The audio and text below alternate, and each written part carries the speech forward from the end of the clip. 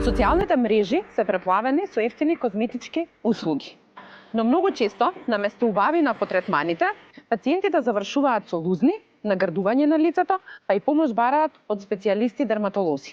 Ботулиновиот токсин е регистриран лек, дермалните филери се медицински средства, тоа исто како да се лекови.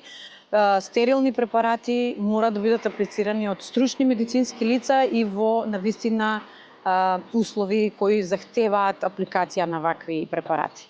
Последиците се доста сериозни.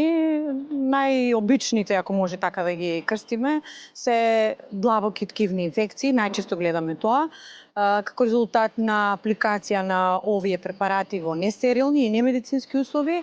Понекогаш овие се доста длабоки, посериозни инфекции кои може да завршат со некроза и изумирање на дел од ткивото, како посериозни компликации. Доколку пациентот се обрати на стручно лице, ако забележи дека има некаква компликација и се реагира навремено, се започне лекување, може да бидат иреверзибилни.